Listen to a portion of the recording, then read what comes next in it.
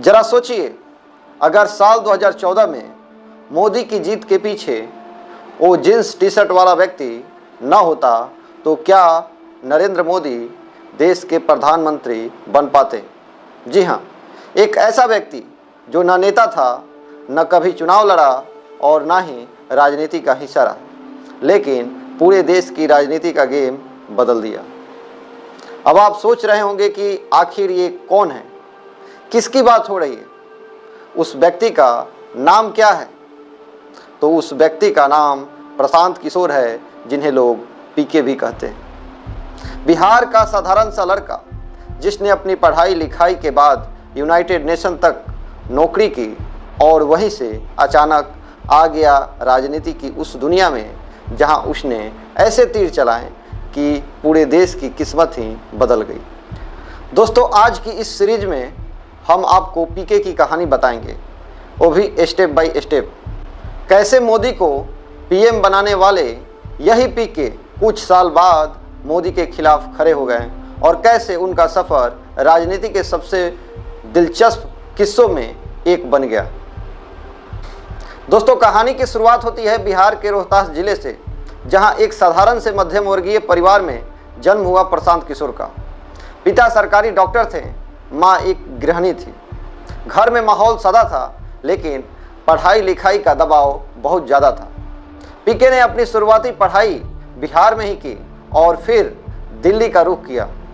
Delhi university के नामी college Hindu college से बायोफिजिक्स में पढ़ाई पूरी की। सोचिए, बायोफिजिक्स यानी कोई सीधा राजनीति या चुनाव से ताल्लुकात नहीं। पढ़ाई में हमेशा तेज पीके का दिमाग गणित और डेटा पर खूब चलता था, लेकिन ये तो बस शुरुआत थी।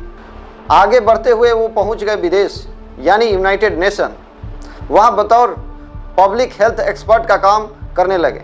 लाखों की सैलरी, विदेश में रहन सहन, एक सुरक्षित कैरियर हर किसी का सपना होता है, लेकिन पीके का सपना कुछ और ही था। अब असली ट्विस्ट आता है 2011 में। उसी समय पीके ने गुजरात सरकार पर एक सर्वे कराया कुपोषण पर। इस पर रिपोर्ट में खुलकर बताया गया कि गुजरात में कुपोषण की स्थिति चिंताजनक है। रिपोर्ट ने मीडिया में तगड़ी सुर्खियां बिटोरी और जैसे ही ये रिपोर्ट आई, नरेंद्र मोदी के दफ्तर से एक फ़ोन कॉल गया सीधे पीके को। सोचिए, एक तरफ यूएन की जॉब, विदेश में करोड़ों की सैलरी की पैकेज, और दूसरी तरफ अचानक से गुजरात के मुख्यमंत्री का फ़ोन कॉल। आखिर नरेंद्र मोदी ने क्यों बुलाया पीके को? असल में मोदी उस वक्त 2012 के चुनाव की तैयारी कर रहे थे और उन्हें चाहिए था एक ऐसा दिमाग जो डेटा समझता हो, जनता की नब्ज पकड़ता हो और राजनीति में नई टेक्नोलॉजी ला सके।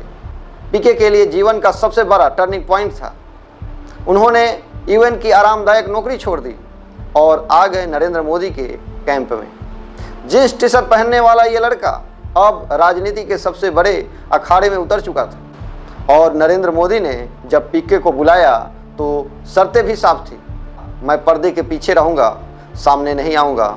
मैं चुनाव लड़ूंगा नहीं, भाषण दूंगा नहीं, बस स्ट्रेटजी बनाऊंगा और उसे ग्राउंड पर उतारूंगा। मोदी मान गए।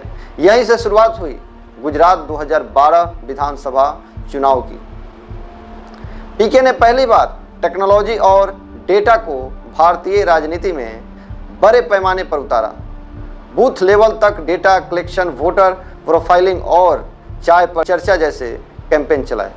सोचिए, उस दौर में जब राजनीति सिर्फ रैलियों और पोस्टरों तक सीमित थी, पीके ने उसे ब्रांडिंग, इवेंट और कैंपेनिंग में बदल दिया। गुजरात चुनाव में मोदी ने बड़ी जीत हासिल की और यहीं से प्रशांत किशोर का नाम गुपचुप तरीके से पॉलिटिकल सर्कल में गूंजने लगा। लेकिन असली इम्तिहान था 2014 का लोकसभा चुनाव। मोदी दिल्ली की कुर्सी पर नजर गड़ाए बैठे थे और पूरी पार्टी को चाहिए था एक राष्ट्रीय स्तर का ब्लूप्रिंट। ये जिम्मा पीके को दिया गया। पीके ने सिटीजन फॉर अकाउंटेबल गवर्नेंस यानी CAG नाम की एक टीम बनाई। इस टीम में सैकड़ों युवा शामिल थे IIT, IIM और नामी कॉलेजों से पढ़े लिखे लड़के लड़कियां। ये लोग दिन रात बैठकर डेटा निकालते थे, सर्वे करते थे और कैंपेन डिजाइनिंग करते थे। चाय पर चर्चा, 3D हेलोग्राम रैली, मन की बात जैसे प्रयोग पहली बार भारतीय राजनीति में किए गए। मोदी एक साथ सैकड़ों जगह पर दिखाई देने लगे, हर वर्ग तक पहुंचने लगे। यह सब पीके की टीम की रणनीति थी। नतीजा क्या हुआ? 2014 का लोकसभा चुनाव में बीजेपी को प्रचंड बहुमत मिला और नरेंद्र मोदी प्रधानमंत्री बन गए। यहीं से पीके का नाम मीडिया में सामने आया। अचानक हर जगह ये सवाल गूंजने लगा कि मोदी की जीत के पीछे आखिर कौन है, और जवाब था प्रशांत किशोर। लेकिन दोस्तों, सफर इतना आसान नहीं था।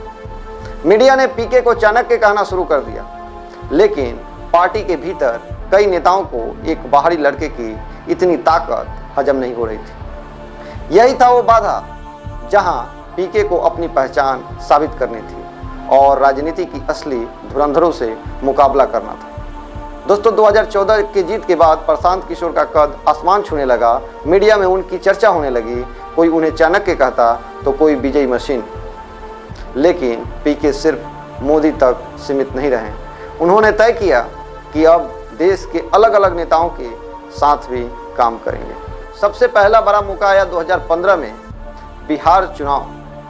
पीके ने इस बार बीजेपी को नहीं बल्कि नीतीश कुमार और लालू प्रसाद यादव की महागठबंधन को चुना। ये फैसला सबको चौंकाने वाला था। कल तक जो मोदी की जीत के सूत्रधार थे, अब वो उनके खिलाफ खड़े थे। पीके ने बिहार चुनाव में फिर कमाल कर दिया। इमेज बिल्डिंग की, नारेबाजी और कैंपेनिंग में उनकी टीम ने जादू दिखाया। बिहारी बनाम बाहरी जैसा नैरेटिव खड़ा किया। नीतीश कुमार को विकास पुरुष के रूप में पेश किया और नतीजा ये हुआ कि महागठबंधन ने बीजेपी को जोरदार मात दे दी। यहीं से प्रशांत किशोर का नाम राष्ट्रीय स्तर पर गूंज गया। अब वो सिर्फ मोदी के स्ट्रेटेजिस्ट नहीं रहे, बल्कि हर बड़े नेता की नज़र उन पर टिक गई। इसके बाद पीके ने पंजाब में कांग्रेस के लिए काम किया, जहां 2017 में कैप्टन अमरिंदर सिंह को जीत दिलाई। फिर आंध्र प्रदेश में जगनमोहन रेड्डी के लिए रणनीति बनाई और वहां भी कमाल किया। पश्चिम बंगाल में ममता बनर्जी के लिए चुनावी जंग लड़ी और मोदी शाह की पूरी ताकत को चुनौती दी। दोस्तों, अब तक पीके सिर्फ एक व्यक्ति नहीं बल्कि एक ब्रांड बन चुके थे। मीडिया उन्हें इलेक्शन मशीन, विजयी रणनीतिकार और पॉलिटिकल गेम चेंजर कहने लगी।